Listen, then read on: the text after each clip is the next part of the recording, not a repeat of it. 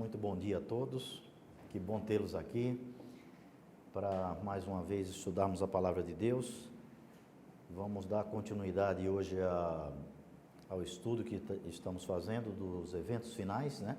Temos muita coisa para ver ainda, até a volta de Cristo, e a gente quer aqui analisar cada evento desse que está à nossa frente, que vai acontecer, para que estejamos preparados quando essas coisas acontecerem, né?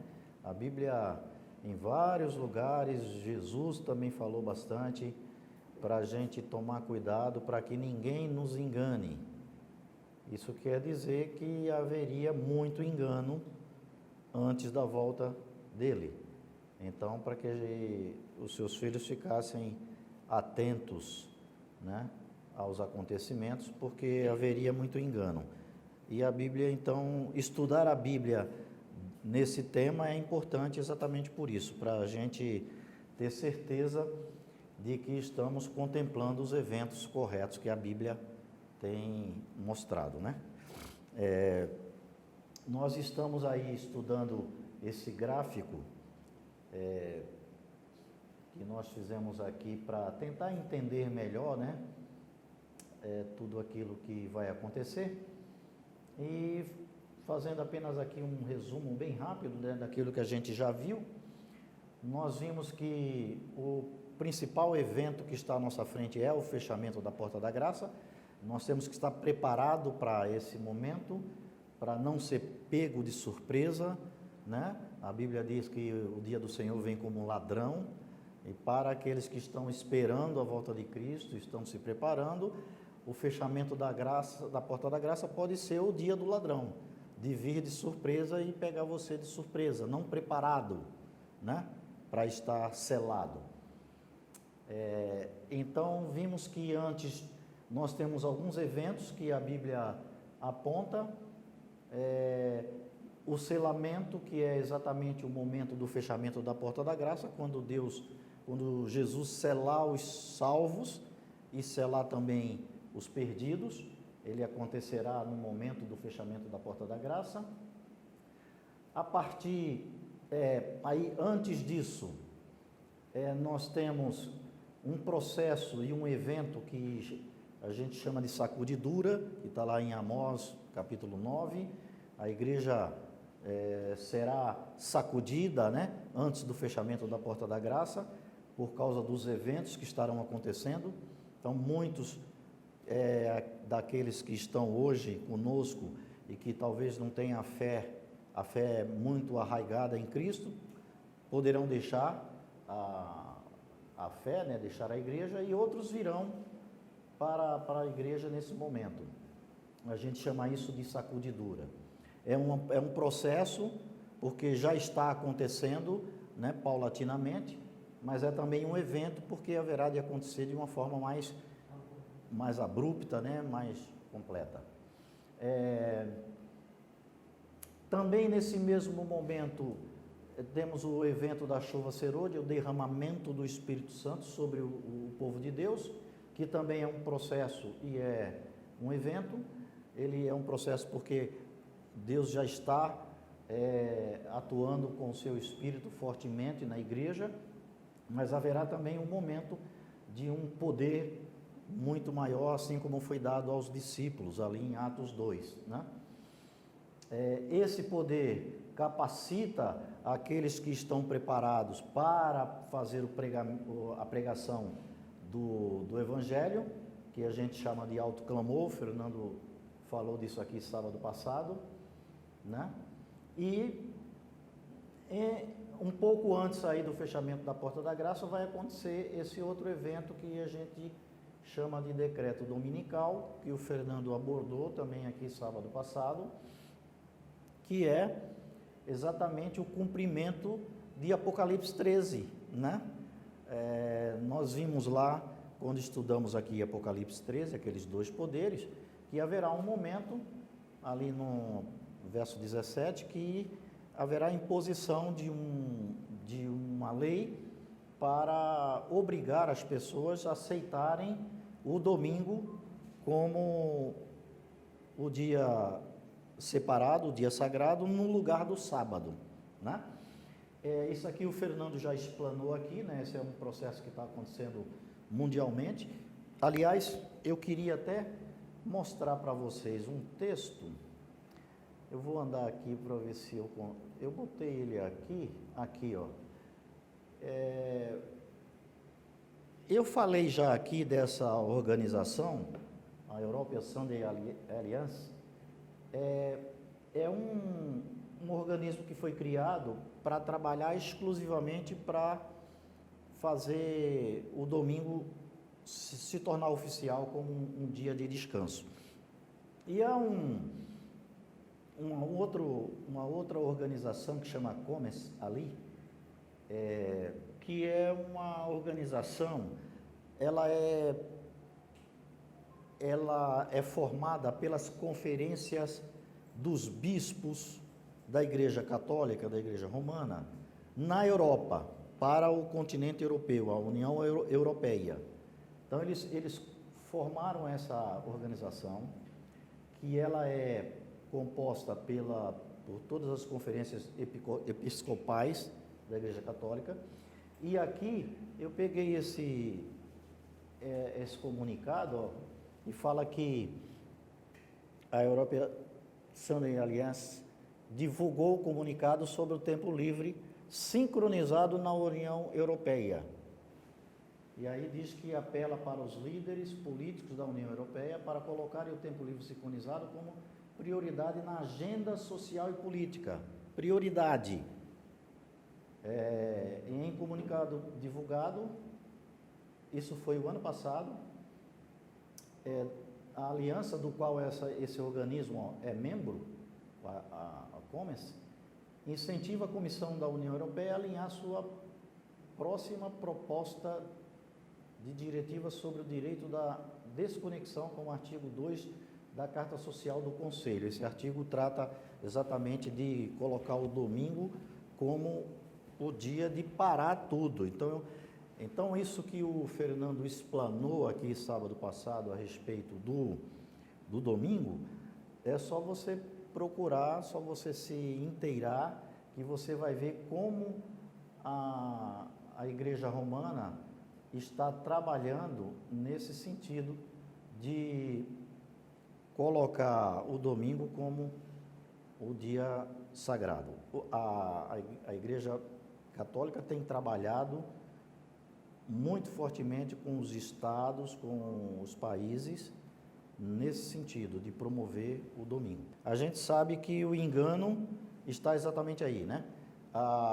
Daniel previu isso, né, na sua profecia, de que os homens tratariam de mudar os tempos e a lei de Deus. E isso aqui é a concretização dessa profecia de mudar a lei de Deus, né? Muito bem. Então, quando acontecer esse evento do decreto dominical, isso quer dizer o seguinte: quando isso se tornar oficial no mundo inteiro, né? E essa iniciativa de tornar oficial para o mundo todo virá dos Estados Unidos, né? Que nós estudamos aqui Apocalipse 13, vimos a atuação do poder, de um dos poderes ali. Quando isso acontecer, é o sinal para o povo de Deus de que o decreto foi instituído e falta pouco tempo aí para o fechamento da Porta da Graça.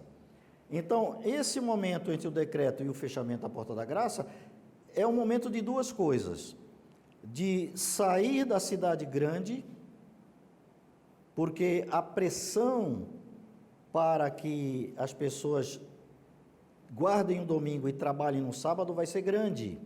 Vai ser grande. Esse é um dos motivos da sacudidura. Muitos não vão suportar essa pressão e vão abandonar a fé, tá certo?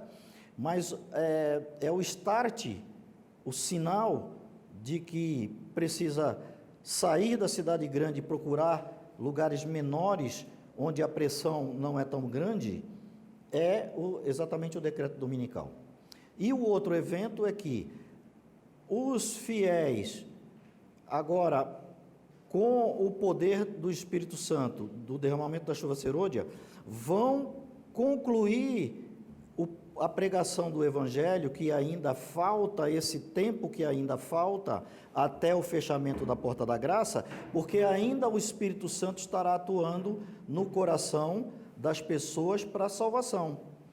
Então, alguns ainda se converterão à verdade nesse finalzinho desse período.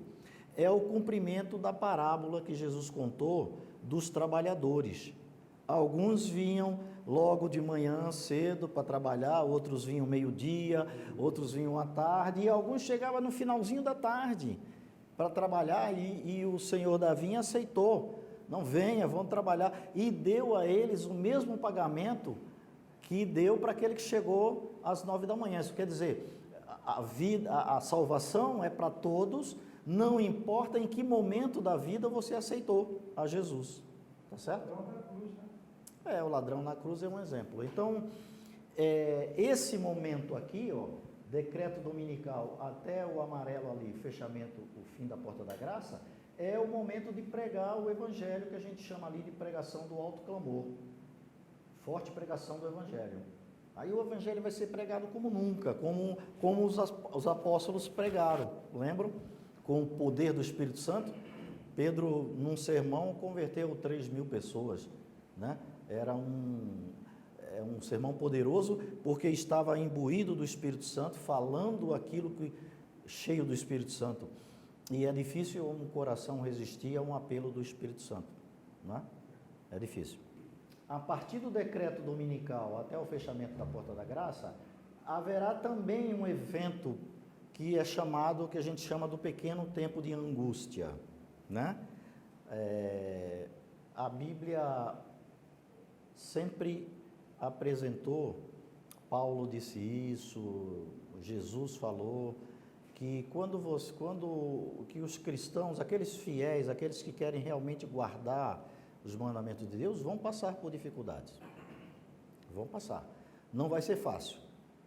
Aliás, irmãos, eu às vezes fico pensando na nossa pregação, né, como adventistas do sétimo dia, e eu fico pensando às vezes que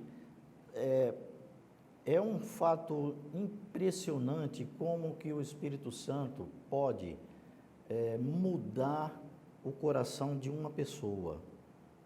A transformação de vida de uma pessoa é uma coisa impressionante, que só mesmo o poder do Espírito Santo para fazer a pessoa mudar de direção, mudar de vida, mudar de pensamento, mudar de consciência, mudar de hábitos.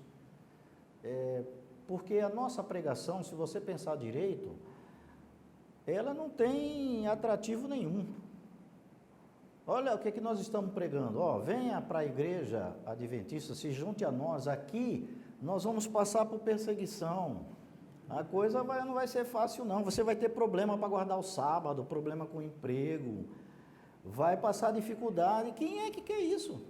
Aí a gente não pode isso, não pode aquilo, não pode comer, não deve comer carne de porco, não deve fazer uma série de coisas. Mas depois você vai receber o galardão, né? Deus vai dar e tal. Mas quem quer saber de depois? As pessoas no mundo querem o aqui e agora, não é? Querem viver agora e receber tudo agora e tal, essa coisa de depois e tal. Então, essa nossa pregação, ela não tem atração, do ponto de vista humano, não tem. Quem é que quer uma coisa dessa? Né? Vem para cá, vai sofrer perseguição, vai ter problema disso, daquilo e tal, porque quando não entendem, né, o Evangelho, a ideia é essa. Então, o Espírito Santo é quem faz esse papel de convencimento, de clarear a ideia, de mostrar algo mais além, de mostrar o que Cristo veio revelar, né? O que Deus tem preparado para nós, e aí acontece a transformação. Então, o poder do Espírito Santo é que faz a nossa pregação atingir os corações das pessoas. E é o que aconteceu com os apóstolos, né? E como a gente falou aqui, Pedro pregava e as pessoas aceitavam porque o Espírito Santo estava ali atuando através de Pedro. Entre o decreto dominical e o fechamento da Porta da Graça, haverá então esse tempo de angústia. É um tempo que as pessoas até não gostam muito de falar, e uns acham, por exemplo, algumas pessoas, eu já ouvi isso na igreja, e quando você fala desses assuntos, de fechamento da Porta da Graça, de tempo de angústia, de pragas que vem depois, de toda essa coisa que a Bíblia apresenta, nós estamos sendo meio alarmistas, querendo passar para a igreja algo de medo, né?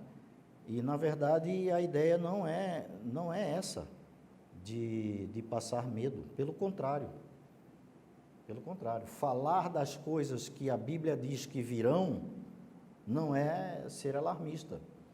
É estudar o assunto, entender e se preparar para quando esse momento vier. A ideia é essa. Esse pequeno tempo de angústia. Por que pequeno tempo de angústia? Porque a Bíblia apresenta um outro tempo de angústia que é chamado o grande tempo de angústia, que a gente vai mais na frente estudando, né? Seguindo aqui o gráfico. Mas hoje eu queria falar um pouquinho sobre o pequeno tempo de angústia. Esse pequeno tempo de angústia, parece que ele é muito mais, se não somente, para os guardadores da lei de Deus, aqueles que querem realmente guardar a lei de Deus. O que é que motiva a angústia? Um dos itens é exatamente o decreto dominical. O decreto dominical, a gente tem falado do decreto dominical aqui, e de tanto falar, às vezes pode passar desapercebido o que isso vai representar na prática, né? Cuidado para que ninguém vos engane, né? Nós não podemos nos enganar, irmãos. Vai ser uma pressão muito grande para os guardadores do sábado, né? Isso não vai ser uma coisa fácil, não vai ser uma coisa light, tranquila. Quem quiser trabalhar no domingo, no sábado trabalha, só não trabalhar no domingo e vai ser, tá tudo certo e tal. Isso não vai ser uma coisa dessa forma, porque a Bíblia diz, especialmente em Apocalipse e Apocalipse 13, que quem está por trás das ações para quebrar a lei de Deus, para atropelar tudo, é o inimigo, é o dragão, a antiga serpente e o diabo, Apocalipse 12, né? Que está por trás. Então, e a ideia de Satanás não é simplesmente trocar e dizer, não, quem quiser trabalhar no sábado pode trabalhar, mas o negócio é não trabalhar no domingo. Não é isso. Quem está por trás é o inimigo, e o inimigo vai forçar a barra para haver perseguição contra aqueles que não querem aceitar o domingo como o dia de guarda. Então, a barra vai pesar para os guardadores, especialmente os guardadores do sábado, porque vão ser pressionados a guardar o sábado. Veja, na prática, por exemplo, nas empresas e tudo mais hoje. Você trabalha numa empresa lá e tal, e o cara fala assim, bom, a gente vai trabalhar no sábado aí meio período, você vai ter que decidir, ou pede a conta ou trabalha no sábado, né? Vai ser uma maneira de pressão, e isso vai ser grande, porque a maioria das pessoas trabalham em empresas e tudo mais. Então, se a empresa tomar a decisão de trabalhar no sábado, que provavelmente vai acontecer muito, porque o inimigo vai estar influenciando isso aqui, é um dos detalhes, um dos itens que vai forçar essa angústia. Vai ser um momento difícil, momento de perseguição mesmo contra os guardadores do sábado, especialmente. Eu ia dizer, professor, que Apocalipse 13, como você estava falando, 13 é 17, né? O verso 16 e 17. E Faz, exato. E a todos, não é a alguns, né? A todos, pequenos e grandes, ricos e pobres, livres e servos, lhes seja posto um sinal na sua mão direita, na sua testa, para que ninguém possa comprar ou vender, senão aquele que tiver o sinal, ou o nome da besta, ou o número do seu nome. isso é o decreto dominical. Esse texto é a base para o decreto dominical. Ele vai colocar o selo da besta nas pessoas. E qual é o selo da besta? É o domingo. O domingo que vai mudar a lei de Deus, trocar a lei de Deus do sábado para o domingo, né?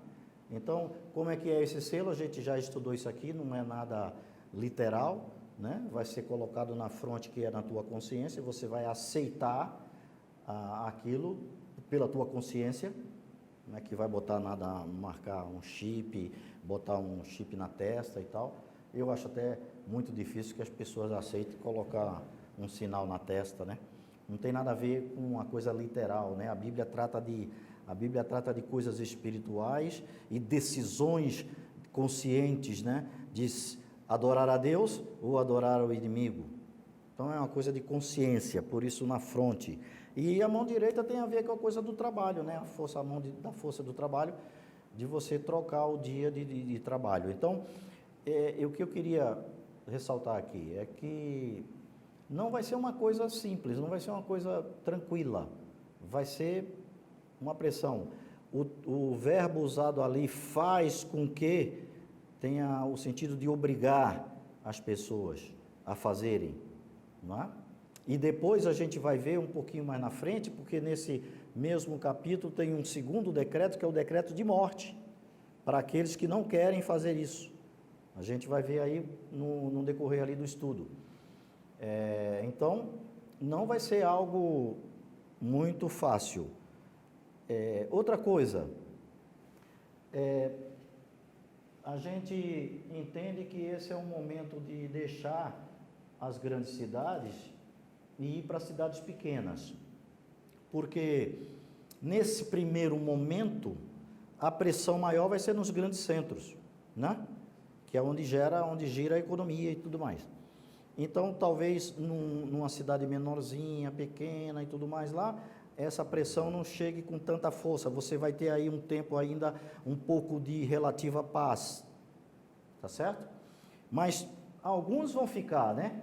Alguns abandonam as grandes cidades, mas alguns ainda têm o evangelho para pregar, que é o evangelho do alto clamor, a forte pregação do evangelho. Eu imagino, né, aí um pensamento meu, que vão ficar aqui aqueles que têm uma comunhão mais forte com Deus, uma fé mais arraigada, que vai suportar mais a pressão, né? E que vai estar imbuído do Espírito Santo, pregando o restinho do evangelho que falta, né? Mas até mesmo essas pessoas, quando se convencerem de que a graça chegou ao fim, eles também sairão das cidades, porque não tem mais o que fazer ali. Então veja, analisemos isso, a coisa na prática, irmãos. Imagine se fosse isso agora, vamos dizer, saiu o decreto ontem, e agora é a prática. O que é que nós vamos fazer? Para onde vamos? Né? O que vamos fazer com a família, os netos, os filhos, casa na praia? O que a gente vai fazer na prática? É a coisa que a gente precisa raciocinar e planejar eventualmente, né? Você não precisa colocar a sua fé, entenda isso que eu estou dizendo, a sua fé no seu planejamento, na tua maneira de resolver as coisas, porque não se esqueça que fechando a graça, o Espírito Santo vai nos guiar. Nós vamos ser guiados pelo Espírito Santo. Vai ser um momento de confiar plenamente no Espírito Santo. Tá certo? Agora, isso não impede de que você faça algum plano, algum arranjo, quando você vê que está chegando esse tempo, de saber, bom, vou para tal lugar e tal, e orar e pedir que Deus confirme essa sua decisão de ir realmente para aquele lugar. E quando isso acontecer, saiu o decreto, bom, já é o sinal, agora vamos resolver tudo isso aqui e vamos embora. Então, queridos, olha, o que eu quero aqui chamar bastante atenção é que vai ser, esse tempo aí, vai ser um tempo de muita decisão que nós vamos precisar tomar e decisões difíceis. Decisão, por exemplo, de abandonar a cidade quando o teu filho que não ainda se entregou, que ele pode ainda se entregar, há um tempo ainda de graça, né? O Evangelho está sendo pregado fortemente, o Espírito Santo ainda está atuando, mas você sabe que é um momento que você tem que deixar as grandes cidades e ir embora, porque é a orientação. Eu tenho uma ideia a respeito disso, que é o seguinte: quando você tem um texto da profetisa Ellen White, que ela diz assim, do grande conflito: estudai atentamente o livro de Atos, porque a experiência dos apóstolos e da igreja daquela época será a mesma experiência da igreja dos últimos dias. Mesma experiência. Estudai atentamente o livro de Atos. E é muito importante o livro de Atos para a vida cristã. Você vai ver que no livro de Atos o Espírito Santo, ele atua de forma profusa, direta, ele fala com as pessoas, ele orienta. Lembra o funcionário da rainha Cândice, o eunuco, lá na carruagem lendo a Bíblia, coração sincero, não entendia, o Espírito Santo chama Filipe, fala, corre, naquele carro tem uma pessoa, vai lá e fala da Bíblia para ele. Ele foi, falou, explicou a Bíblia, o cara aceitou a Cristo ali, desceram e ele batizou, né? Era uma ação direta do Espírito Santo com os apóstolos para indicar aos corações sinceros que Cristo quer reunir, que estão espalhados no mundo inteiro. Então o Espírito vai usar os fiéis de Deus, aqueles que se prepararam para receber a chuva serôdia, para levá-los aos corações sinceros do mundo inteiro. E isso vai ter gente do mundo inteiro, filhos de Deus de coração sincero, com o Espírito Santo, com o derramamento da chuva serôdia, com o poder do Espírito Santo, ela diz inclusive isso, que ela viu cristãos com o rosto resplandecer pela glória de Deus, numa linguagem, né, figurada, indo de um lado para outro, levando o Evangelho a essas pessoas que o Espírito Santo estava indicando. Tá certo? Então, vai haver uma ação direta do Espírito Santo, nesse momento aqui, para que nós levemos a mensagem para essas pessoas, indicando. Eu não duvido que o Espírito Santo vai dizer assim, Sidney, corre e vai lá na Marechal Deodoro, número 1015, segundo andar, tem um cara lá chamado Davidson. Eu estou falando isso que é um advogado que eu conheço, amigo meu. Vai lá, Davidson, vai lá que ele precisa do Evangelho. É um filho meu, coração sincero. Quando você bater lá, que ele abrir a porta e te ver, ele fala, entra aqui porque eu vi você no meu sonho, você deve ter alguma coisa para mim. Eu acho que vai ser coisa desse tipo assim, coisas extraordinárias. Extraordinárias, porque o Espírito Santo está guiando as pessoas, guiou no passado, vai guiar no futuro. Pedro, né? Quando ele vai lá na casa de Ananias. Então eu penso que nesse momento o Evangelho vai ser pregado com um poder tal, igual foi com os apóstolos, né? Essa é a promessa de Joel 2, 28, 29 ali, é a promessa de Deus. Pedro cita inclusive isso no sermão dele, né? Que o que as pessoas estavam vendo ali era a promessa de Deus, que derramaria o seu Espírito sobre a igreja. Agora, uma coisa que a gente não pode esperar e deixar que isso, a gente ficar numa boa, esperar que isso só vai acontecer lá. Se a gente não estiver desde já se preparando, pedindo que Deus nos ajude aumentando a nossa fé, nos abençoando com fé, e nós devemos solicitar desde já, pedir e clamar pelo poder do Espírito desde já. Essa vai ser usado pelo Espírito Santo. Senhor, me dê Espírito, Senhor, eu preciso do teu Espírito. Se eu não for treinada, né, no caso, me deixar ser treinada desde já, não vai ser na última hora para mim que vou ser treinada ou você usar o Espírito, ser usada pelo Espírito Santo. Então a gente tem que se deixar à disposição desde já e suplicar pelo poder do Espírito. Até porque, sabe, eu não sei se eu chegarei lá, né? Exatamente.